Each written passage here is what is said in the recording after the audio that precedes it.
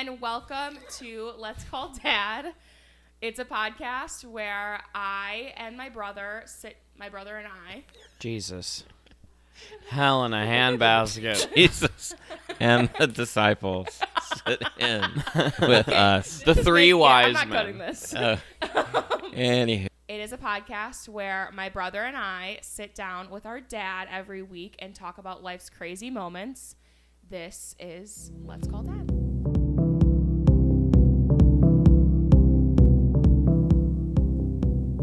Hi, guys.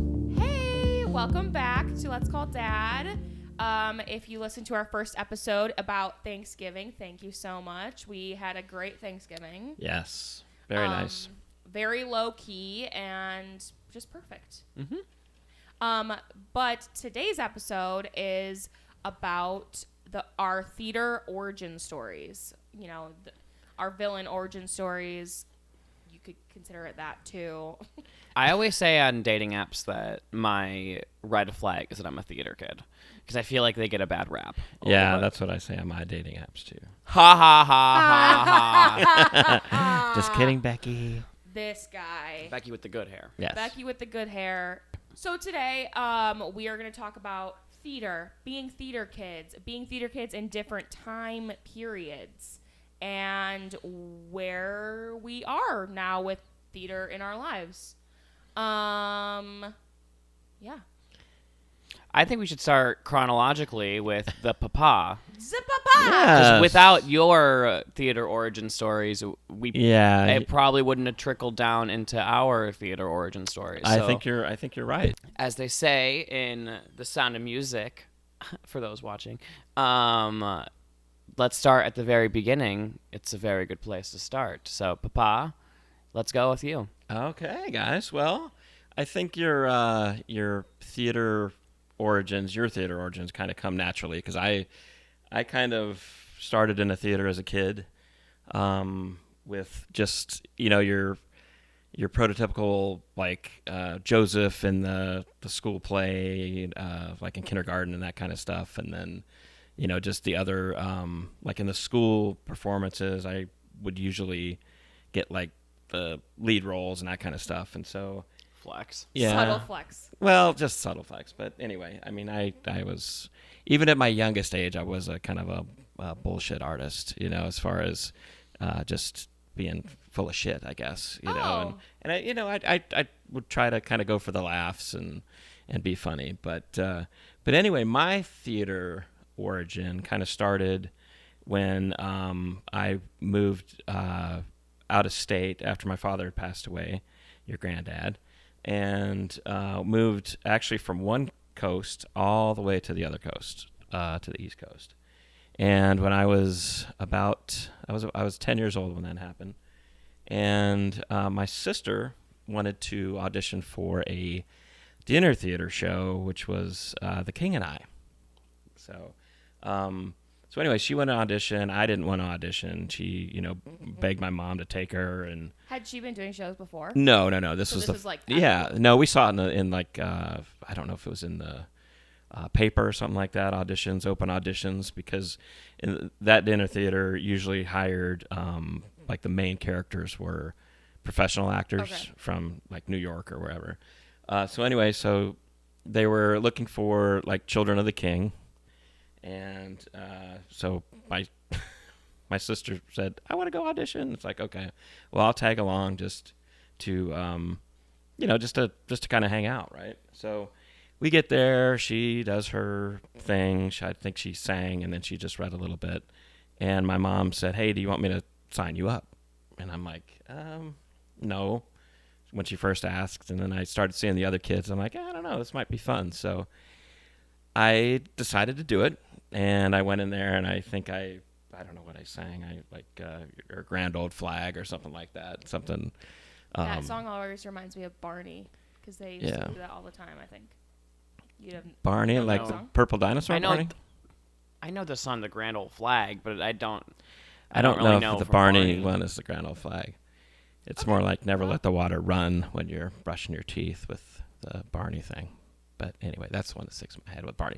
But anyway, so I we get home and get a call, and I actually got cast, and my sister didn't. Oh, And that's tough. and we always kind of had a sibling rivalry going on when we were younger, but she was not real happy with that. So that kind of launched my theater career, because that show kind of rolled into other performances, plays, and things like Our Town and MAME and that kind of stuff. But a funny, interesting story about the King and I was we were all children of the King, and we were like Siamese kids, basically, from Siam. Definitely would not fly in today's day and age. Right, yeah. Cast a bunch of white kids in those roles. So anyway, me, the freckle-faced, blonde, towhead, blonde, they made us dye our hair for the show black. Oh my god! And so my mom first, she had this spray that she like sprayed my hair and for the first performance, and she's like, "This is ridiculous. We're gonna have to do this every time. I'm just gonna dye your hair black." I'm like, "Oh, what?" And so anyway, so she dyes my hair just black. I've got the freckles. I look like frickin' Alfalfa from our gang. Great movie. So anyway, so that kind of parlayed into other shows that I did, and that actually I started doing commercials and things like that. So that was a lot of fun. I was lucky enough to, like, my first 5 auditions, I think I got the parts for the commercials. Go off. And if you look hard enough at like YouTube and that kind of stuff, do the right searching, you can actually see a couple of, to this day, you can see like a Wheaties commercial and like. Why haven't we done that before? You guys have never seen that commercial? No. Oh my gosh, you're kidding. We'll have to put it. Yeah. Yeah. So anyway, there was a old, like, before Atari came out and like of course Xbox and new stuff. There was a game console called Odyssey, and so Odyssey wanted to rip off Pac-Man, so they did their own little thing. It was called KC Munchkin, and it was like the thing that would go eat the ghost. It was just like Pac-Man. So anyway, so I did a commercial for that, for the video game KC Munchkin, and I'm sitting there I'm on the East Coast. My brother lives on the West Coast, and he calls my mom up and he goes, "Oh my God, I just saw Steve on the TV." It was like during one of the like sports things or something. Yeah, so he saw it. That's so special. Yeah. Oh yeah. Yeah. What? I didn't know that you were like that popular. I knew you did a couple commercials and like a movie back in the day. No. I mean, I used to do. I mean, I did quite a bit. I traveled for some shows that I did, as far as like, I think we did like Scrooge. We did like a traveling show of that, and it was like a couple weeks in a different city and that kind of thing. But no, I think, I mean, I always kind of look at it. I actually was Star Search back in the day in the 80s was a show. Have you guys ever seen with Ed McMahon? I don't know if you remember Ed McMahon, but anyway, they had singers, they had actors, they had who got their like break on Star Search? There was someone there was a couple people that got that. Well, I feel like the Mickey Mouse Club was kind of a part of the Star Search. Oh yeah, some of the younger yeah. So anyway, so they were going to have a segment of the Star Search that was going to be child actors, and so. But how would you do that? Like, you would just go on stage and like improv? No. You do a scene. Like the acting ones for the adults was basically a scene that they would do with like 2 people. Okay. So and then you'd get, I don't know, I think they did like 4 stars or 3 stars or whatever, and then you had a champion, and then the person would try to do something. So anyway, and they were testing out that kind of stuff in different markets, and so when they came, they reached out to talent agencies and said, "Hey, give us not your best actors or whatever, but give us one child actor, a kid, a boy and a girl," and they picked me to audition for it. Oh my God! On Star Search? Star Search, yeah. So cool. Yeah. So anyway, I had this monologue, and I was working with a guy that he had done several shows. He was actually in. Oh my gosh, I'm trying to remember the show. Oh gosh, he played an angel with who plays the voice of Miss Elastigirl. Oh God, I don't know.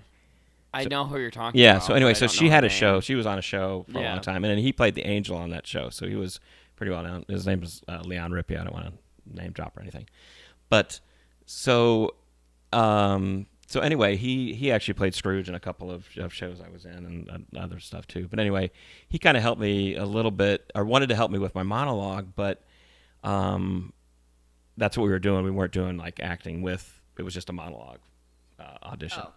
And so I ended up, I auditioned and I kind of bombed on the audition. I was just, Really? I Been kind there. of tripped over a little bit and got a little nervous, and I really wasn't as prepared as I should have been.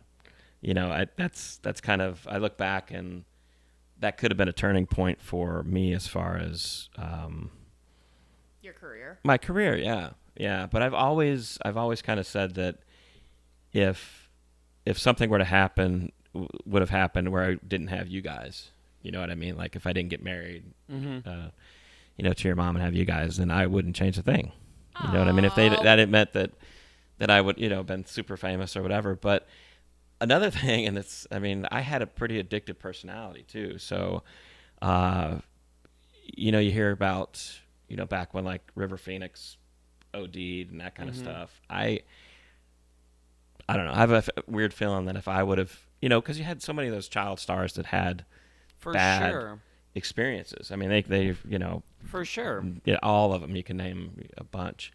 I feel like I would have fallen in that for sure. I probably would have just, I don't know. Who knows if I'd have been here today Spooky. for that. Yeah. So And we wouldn't be here today either. So this podcast would not exist if you didn't bomb that Star Search audition. So yeah. everything I did. happens for a reason, you know? Yeah. For sure. Yeah. So after that, and I was interested in a lot of sports too, with that. But like after high school, I really didn't do anything until my 20s, and then I started doing like some low budget pornography and that kind of stuff. Fuck off. What the fuck are you talking about? I know he's lying. The way he was setting it up too was just bullshit. Oh, what an insane thing to Did you write that in your notes so that you made that joke? Yes. I just wanted to see your reaction for that, but Yeah, what the fuck? That was Like- so weird. Low budget pornography. low budget budget. pornography. Yeah. Like, just are add we the low kidding? budget in there just to make it even more strange. But no. So that was kind of my introduction into like being the Yeah, how do you come back? no from that? pornography. Yeah, I so don't even search know. that on the internet because that won't come up Jesus. for that. So yeah, for sure. So anyway, so how about you guys? I've been just so proud of being one of those parents that just was so proud of you guys when you were on stage, and I know how hard it was. It's hard to do that stuff, So I don't know. Let's hear a little bit about your start in that kind of stuff. Well, ironically, mine also started with low budget pornography. So God, no, I'm just kidding. Mine didn't. No, but actually, ironically, it did kind of have to do with grandma and a newspaper article, and that got me into auditioning for The Sound of Music. So that's kind of ironic that we had kind of like parallel experiences in the starts. But I also credit a lot of my my starting off and like being inspired with you as well. Oh, that's Emily. really kind to say. Yeah, I just remember, I think of you were specifically Les Mis you were in, and that was the turning point. I think we saw literally every show that Emily was in that summer, and I like sat front row and watched it. And so Sorry to interrupt you, but that was one thing that me and your mom did. I mean, to this day, we went to see every single show. yeah. Every single show. It didn't matter. I mean, we were there. We Yeah. were supporting you because I'm proud of you. But anyway, sorry to interrupt. Yeah, but I mean that is. I think watching you on stage was definitely a gateway, and definitely, obviously, followed in your footsteps a little bit there, and did the same high school production. So that was kind of always fun to. But yeah, I can really credit my family to my inspiration of wanting to do musical theater in the early stages of my life. I think that definitely, you guys inspired me to do that. And obviously you also did shows, Dad, when like a little bit later. We were a very theatrical family once Emily opened those doors up. So I do remember, like, you were Peter Rabbit in the hell yeah, I was. elementary school.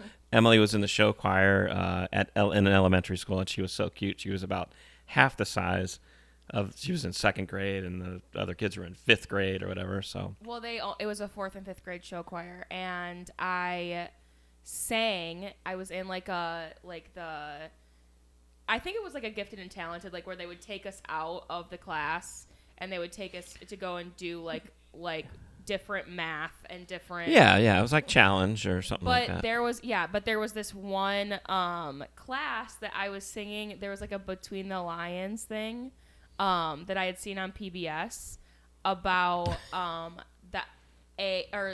it's like when you're writing a word, the first vowel makes the vowel noise and the second vowel is just there. So like soap is spelled SOAP, but like, so there was this like song that was on Between the Lions about it, and I was singing it over and over in this class, and the teacher of the class had kids that were in the fourth and fifth grade show choir. I was in like first grade, and I was the only one that was that old, and they let me audition for it, and so I was just.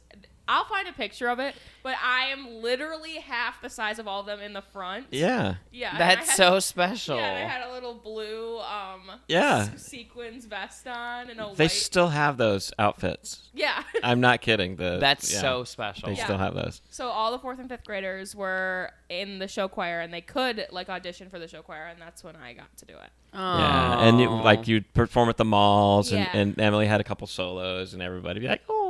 Yeah, we would go to like retirement homes. Oh, classic. Okay, but speaking of show choir, this is not necessarily theater, but that was for sure an inspiration about performing, because goddamn did Emily perform in a show choir. Rocked the bells. We were like the parents that helped with the tech and stuff, and pretty tight-knit group, because back then we had to set up all the stage, and we were part of the actual performance because you had not performing, but you had that time there was limit. 30. So that was 25 minutes. You had 25 minutes once you stepped on the stage. Yeah. So if you were a show choir family, and like I always get pissed because Glee came out, and Glee was and we have a podcast on this network if you're interested in Glee with Sullivan and Meg, who is also on the network. But I was pissed because Glee came out and it was just so different. Like, it's like, no, we don't sing different songs every week. Like, we actually rehearse for 9 months and we start, like, we have the same 5 songs. We have 25 minutes they literally start a stopwatch. So, like, the host group does the stopwatch, and you go in there. You have 25 minutes to both set up your whole back band, like, your whole stage if you're doing different levels. Like, you are only given like the risers, and then you perform. Usually our sets or like our show was like 18 minutes. So we had like 3 minutes on either side to get both in and out. So that's definitely, I mean, I was definitely more of the show choir kid. I just like I love musical theater, and I love theater in general, just because I've always considered myself more of like an actor than either a singer or a dancer. My origin story, which I think like honestly segues us into another part of this episode that we want to do, is Wicked. I was in 3rd grade, and my teacher, Mrs. Littlejohn, I'm gonna shout her out because I she was the best. love Mrs. Littlejohn. She was the best. She was the best, and she would play Wicked in our classes during like our work time. So she would play Wicked and the whole CD. Mm-hmm. Like we would get to play so I got and if you've seen Wicked, which if you have not at this point, go fucking see Wicked for God's sakes. But I started singing it, and then I think that we got a copy of it. So she let us take it home, let me take it home, and we had desktop computers, so I would put it in the computer, and I would take all the music off of it, and I ended up burning myself a copy of it, whatever, and I would put it in that little boom box in the kitchen, the blue boom box, and I would just play it. And so it was and me and Mom would just listen to it all the time. Mom would have a good input on this too, but so that was the first show I saw. We went and saw that the touring cast of it. And a guestier, right? Yeah, in Chicago, yeah. Yeah. And a guestier, yeah. Guestier, there we go. From Saturday Night Live. Yeah. Yeah. So we went and saw it as a family, and I just remember walking into it and just being this is magical. Oh my there's God. thousands of people in this room, all just waiting on every line that these two girls are delivering, and how many times have I listened to the music? So I was I have to do that. I have to do it, even if it's once. I have to keep doing it. So that's kind of why I kept doing musical theater. I had done the shows, Leia just jumped over that thing. I had done the shows the class shows and stuff like that. Peter Rabbit. Yeah, Yes. you were the Princess and the Pea. I was the The princess. Littlest Elephant. In the Little Elephant. Yeah, that was a summer school thing. What else was I? I was Tchaikovsky. You were Mrs. Claus in the Christmas one. Yep. The leads. Tchaikovsky. Yeah. I was Tchaikovsky in a musical called Compose Yourself. Oh my Yes, God. I remember that one. She had a big wig on, I I had a think. big wig on. Yeah. It was really special. Yeah. So I had done stuff like that, and I think because I was just a cute little blonde girl that could kind of sing, I just was given a lot of roles, which was awesome. But it really set me up for kind of failure as I got into high school, and I was more interested in theater as a teenager, because if you've been in this world, the pond gets bigger and the fishes get bigger. Oh, for sure. Sure. Yeah. When you're So so it's I was also swimming, and I was also doing a lot of stuff, but You were a kid. Yeah, as I was well. a kid. Yeah, and it wasn't necessary. I wasn't looking at it oh, I'm gonna go do this professionally one day. Yeah. I was never that person. I have always thought had visions of grandeur of oh, wouldn't it be so cool, and wouldn't it be cool enough if I was good enough? But I have never that has never been my biggest dream, was to go be on stage and do this professionally. So, and I kind of knew that, but you get to a point in your career where you're oh, there's a lot of competition for this, and there's politics of it, and all this stuff that it just made it not so magical anymore. I hated auditioning, and I hated the politics of it, and I hated the fact that there were people who were better than me. It just became not so magical. It just was not as fun, and maybe that was because I was not the best, but it just it just slowly tapered out of my life, and but I do miss it sometimes, for sure. Yeah, I think as you get older, it humbles you too. I mean, you talked about the big fish in the little pond, and then all of a sudden you're swimming with these other ones that you get that done? No. Yeah, I mean that's something that I think everybody experiences that, and you kind of you realize, you get to a certain point where you realize I'm probably not going to be on Broadway. I'm probably not going to be that superstar, and it's okay. I mean, it's And I think kids in general have that, you know, like even kids that like play like Little League baseball think about like, oh, I'm going to play at the World Series one day. And like getting to that point where you're like, oh, I like might not even play collegiately, or like I might not even make varsity in high school, is like, I think that it's a bitter pill to swallow sometimes of like, oh shit, like I'm not, like there are people who are better than me. And there are people who are taking it more seriously. And there are people who are doing more, like, you know, to set themselves up for a career in it. And that just, like, was not me. And it was not anything that I necessarily wanted. But yeah, I definitely, like, with Wicked coming out, and I think we want to talk a little bit about it. It has reignited a theater kid energy in me that hasn't been ignited in a while, if that makes sense.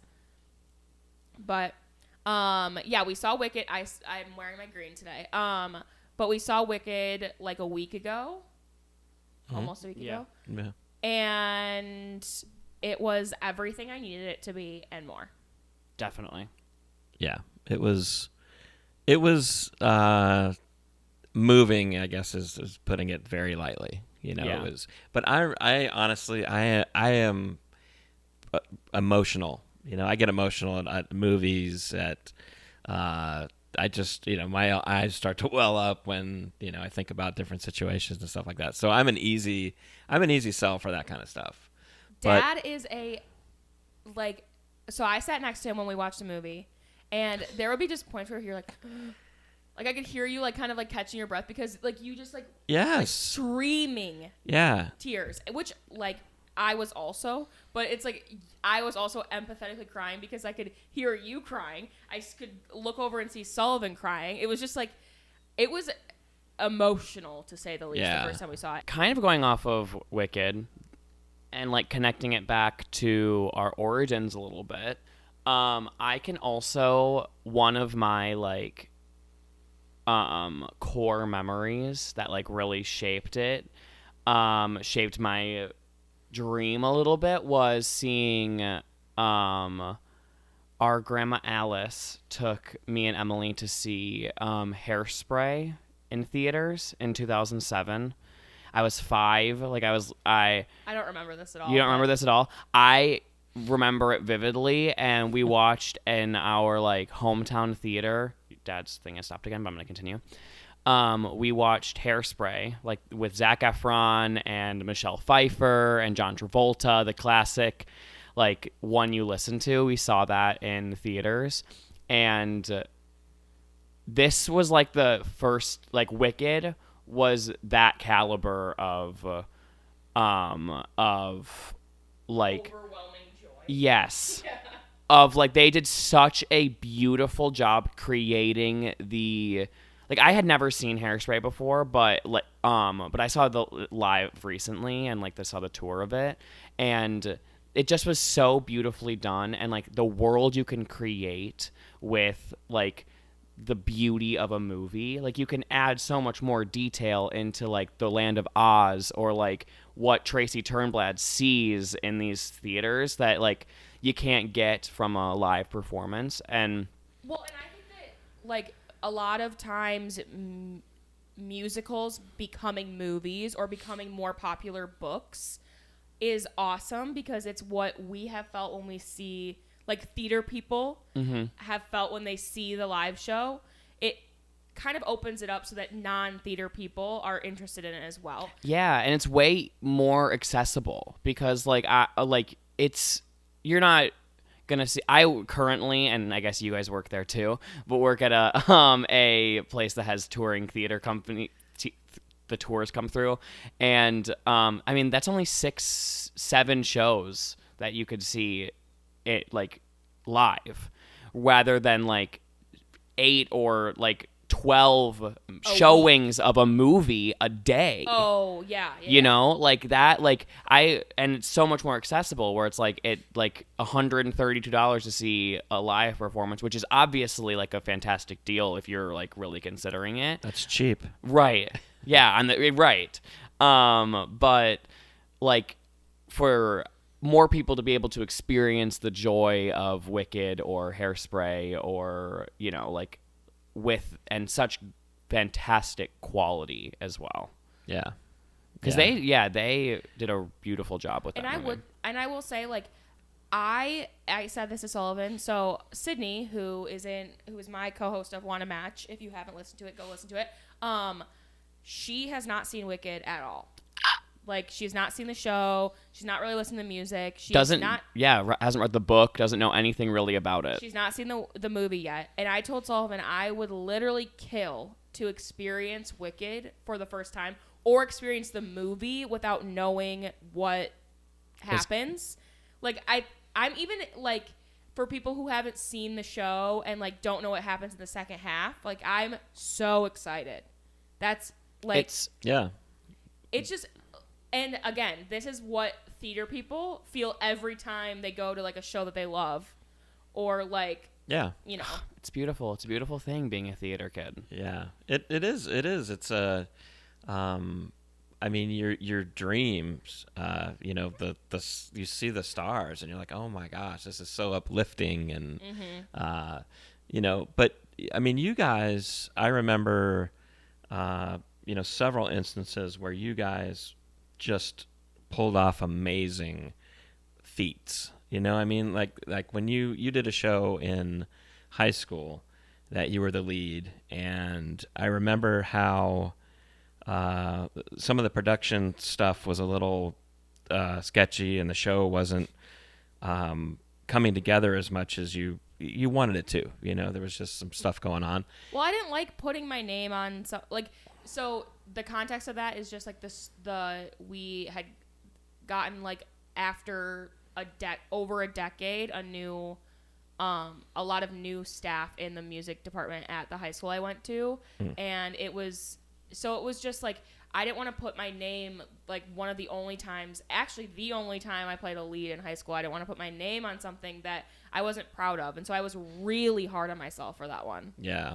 But we went to see it. You had a ton of friends that came to see it, a ton of people that you really wanted to, impress and do a great job for. And you killed it. You absolutely crushed it. And it was insane.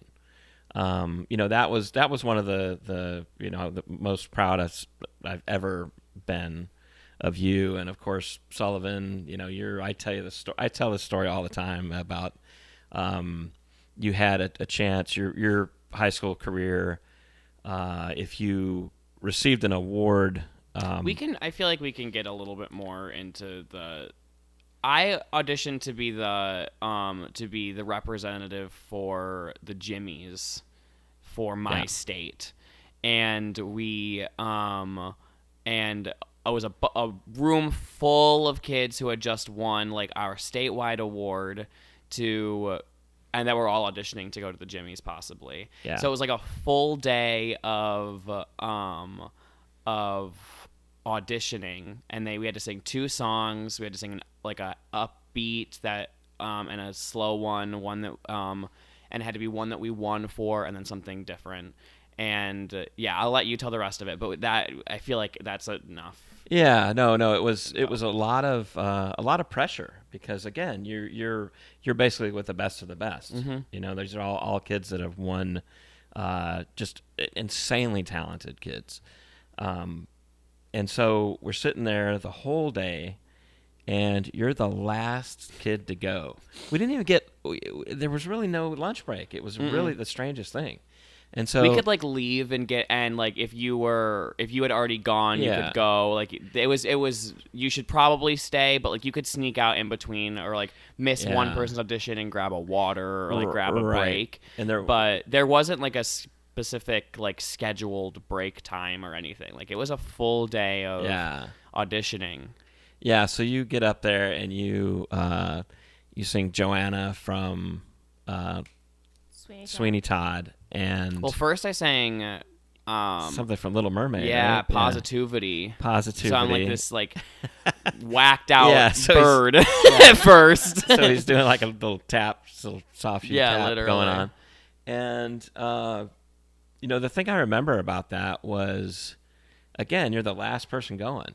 and everybody's in there watching, and you freaking nailed it. You nailed it. I was so just unbelievably proud. It was one of those moments where, like you could hear a pin drop, that last note, and then all of a sudden just the crowd erupts, just rah! And I think to me, he does tell this story all the time. I do. I tell the story all the time because I was time. so proud of you. And again, I was Yeah. equally as proud of you with the way you pulled that one out. You told me I saw the accompanist who had been playing all day for everybody came over to you and whispered in your ear. I said, "What did he say to you?" And he goes, "That was beautiful." Aww. And I said, this guy he's probably played for over thousands of kids over his career. Yeah. For sure. And that is the ultimate compliment that he recognized how beautiful it was. And so anyway, I was super proud of you with that one. But again, I've always been proud of you guys, and I've enjoyed working with you guys also, because later on in life, as I kind of got back into theater, kind of with Sullivan, doing shows with Sullivan, I would be an extra. I would help with the sets. I would do all kinds of stuff like that, and that was a lot of fun. It was a lot of fun acting with you guys, and ultimately, putting on a show that I directed, and Sullivan basically co-directed it. I mean, he basically got all the talent, costumes. Just costumes. He had his hands in the costumes. Choreography was amazing, and we. With that being said, it was the same thing that Emily said a little bit ago. It's like, I'm not putting my fucking name on it unless it's going to be fucking perfect. Yeah. Because and specifically coming from that show, we did The Wedding Singer, which was Dad's wearing the shirt. Yeah. And it was one of the best. It like fully changed my whole view on theater again. Like it was like that show was everything. You had been going through just like kind of some self-doubt, I think, like not to speak for you, but I think that like your theater looked a lot different because it was post-COVID. It was like, so you kind of had to be like, okay, I need to find my way back into the world again, like yeah. I mean, it was a great project to do that with. Definitely. I mean, it was all my friends from high school that and it was really talented people from around the area that I had texted from different shows I'd been in with them. And we got a really good cast, and it was a really, really, what is more important is that it was such a good time. Because I think that is like, and what Wicked did for Emily, like for us, for a lot of people, I think, was heal their inner theater kid. And I think that show healed a little bit of that, because I also went through a lot of, crazy, like, theater industry is not something that is for the faint of heart. Definitely. And I think that there can be a lot of cruelty, for lack of a better term, towards actors, and it gets really scary and really sad when it's a lot of children. And but that show and Wicked, and it really brings you back to the root of what theater is, which is like love and telling stories and having the audience leave with a changed heart a little bit, or like a tear in their eye, whether it's that or like whether they just have laughed their asses off the entire time, but they have been changed for good. Oh, for good. Right. Yeah. And the other thing that I do remember about the show we did was when you're doing community theater, and I everybody's probably has either seen shows, been in shows, helped out with shows. If you have theater kids or whatever, you do that. It's the time commitment involved is insane. It's, and that a lot of times, if you're not having a good time when you're doing it, then that turns it off too. You know what I mean? That doesn't make you not want to do that too. So I was fortunate enough to be a part of that. And now, I mean, I if I were to get back into it, I think I would probably.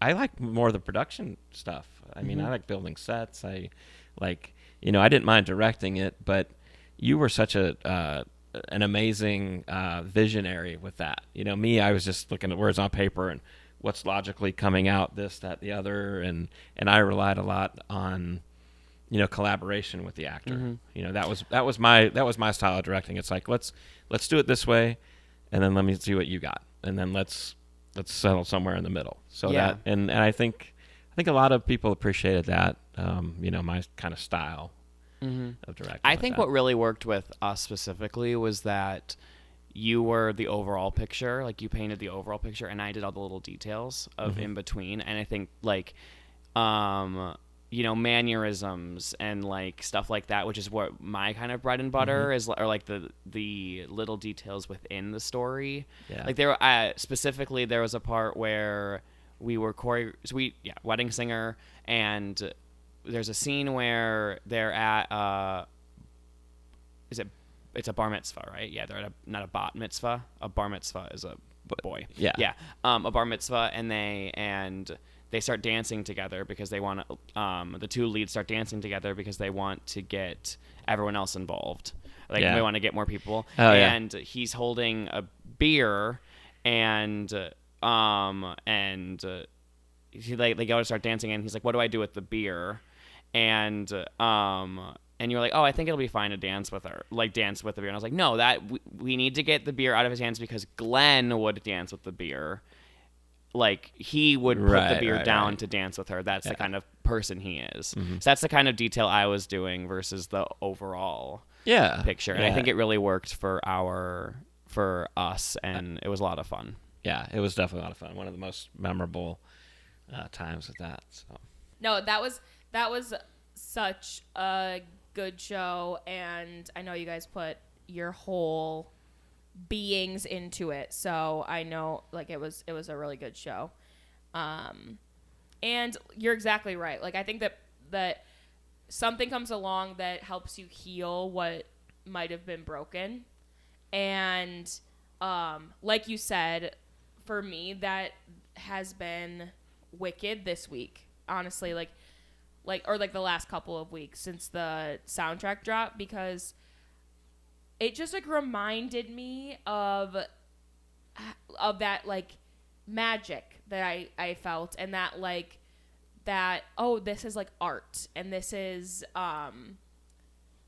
and I like that in this, like with Wicked the movie and with like Ariana and Cynthia, is they are not trying to be exactly what was written and exactly what was on the page. And I think that allows the audience then to like interpret themselves in these roles and interpret the roles differently, or like start to think about them a little bit differently. And so when you have a project, especially in the musical theater world, that like allows you to kind of heal and like fall in love with it again, and like you said, it's a huge time commitment. So when you have something like that allows you to feel good about the time that you're spending on it, or that like I would watch you be so excited about like, let's go thrifting for costumes, and like let's like that kind of stuff. Like when you're able to get excited about it again, it makes it all worth it, versus like when you're just pushing through it because like you want to do it one day, or like you need it for your resume or whatever. And I think that there's a lot of things that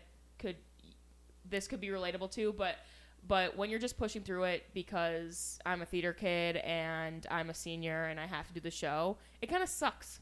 Like it doesn't make it fun. It doesn't make it like worthwhile. And I think that I was kind of starting to feel that towards the end of like my senior year, and I'm really thankful that now I'm able to kind of look back fondly, and like I'm really happy of the journey that I had. I'm also happy that I didn't go into it or like try to go into it. But it's something that is just innately a part of me. Like at the core of my being, I am a theater kid. Like you, I don't always like lead with that. Like it's sometimes it is a red flag, especially if you're in a car ride with me or like talking about all this stuff like Sound of Music. I just like instantly want to start singing. But yeah, I think that theater allowed me to feel comfortable talking in front of people, and riffing. And we talk about this when we were talking about starting to do the podcast of like, you know, we're going to be able to just kind of talk because at our core of our being is we are storytellers. Mm-hmm. Definitely. Yeah. Yeah. So it's just something that I think really brings us together. It's something that we still do. Like you were saying, we like go and work at the place that you work now and we see shows together. And it's just something that bonds us. I know that Mom was never in theater, but like it's something that she loves and she loves to watch us do and she loves to be like a part of that is just really wholesome. Like it's like a wholesome hobby to have, even if none of us are doing it right now or like none of us will do it professionally or one of us will do it professionally. Like it's something that really bonds us that I'm very, very thankful for constantly. Yeah, definitely. I think the other thing that goes hand in hand with that are the relationships that you make, you know, with your fellow actors and your friends and that kind of stuff. Because, you know, being on stage, a lot of times you're really vulnerable and you have to support each other. And so a lot of times you get to that point where, you know, you become really good friends with these people. Like in high school, I know a lot of your high school friends you're still in touch with, and with that, it's, you know, it's a great way to, you know, to make friends and to make those connections also, you know. Definitely. So. Yeah, and I'm still in touch with the people that I worked with professionally and in both high school and college. I mean, it's very supportive of each other, and that is something that I really love and loved about theater and love about theater. Yeah. Is that it can be that. Yeah. I do remember a funny story of I was doing a show after it was where I was the lead character, and it was Flex. What's that? You said flex. Flex on that. And so I had to. We did 2 runs of the show. The first one was amazing. It was about this guy that had cancer, and he was actually the guy who wrote the story that was based on the screenplay or the script. And so we did it the second time, and the first time I was supposed to kiss the person I was like co-starring with, and we didn't do it in the first run. And I so, didn't even notice that when I first saw it, honestly. Yeah. So anyway, the second run, we're doing it, and you guys all came to the show, and we put it in there where I kissed her on stage, and so I kissed her, and after the show, you looked at Mom and said, "Are you guys getting a divorce?" Oh. So Well, I thought that was kind of funny, little. And anecdote. only theater people get it. Yeah. Oh yeah. Theater Yep. people get it. That's right. Yeah, that is funny. That was a really good show too. Yeah, We've had a lot of like, and I just know that leading up to this podcast coming out, I'm gonna share a bunch of like our theater pictures that we've taken and stuff like that. Like, Dad has. I'm sure that I've already put it in this episode if you're watching it, but your headshot. Oh yeah. Yeah, that will need to go somewhere in this podcast. Oh, So yeah. if you aren't watching, you need to see this headshot of this small child with his hair dyed black Yeah. for this black and white headshot. It's so funny. Yeah, I mean, I think that it's just something that we all can share in, and it's, I don't know. I'm very thankful that I'm a theater kid at the end of the day. definitely. Yeah, I am too. I'm glad that it gives you a different kind of I don't know, outlook on life. I think experiencing that when you're young, and I'm glad you guys got to do it. And I don't know, I'm really proud of you guys. Oh, that's really sweet. Yeah. Yeah, so that's our theater origin stories. Yeah. That's you know, it might be a red flag still to you guys if you've heard it, but I think that one thing we can take away from this episode is if you haven't seen Wicked, go fucking see Wicked. Go And see Hairspray. Wicked many times, and you will cry.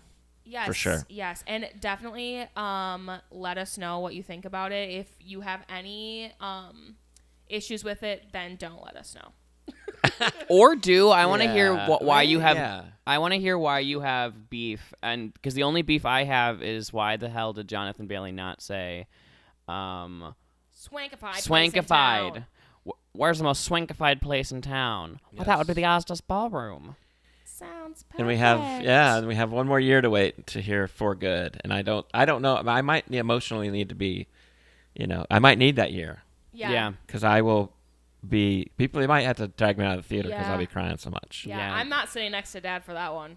I'm not sitting next to Dad for that one. So that is our theater origin stories. Maybe it's a red flag. Maybe it's Maybelline. Maybe it's Maybelline. Yeah. But thank you so much for watching Let's Call Dad. You can connect with us. We're at Let's Call Dad on literally all socials. Let us know if you have something that you want us to talk about or talk to our dad about, because he gives some good advice. And he might, tell you that he's been in like a low budget porn, but who hasn't these days? And I've got your dad joke for the day. It's, don't worry if plan A doesn't work out, because there's 25 other letters of the alphabet. There you go. Bye, guys. Bye. Bye.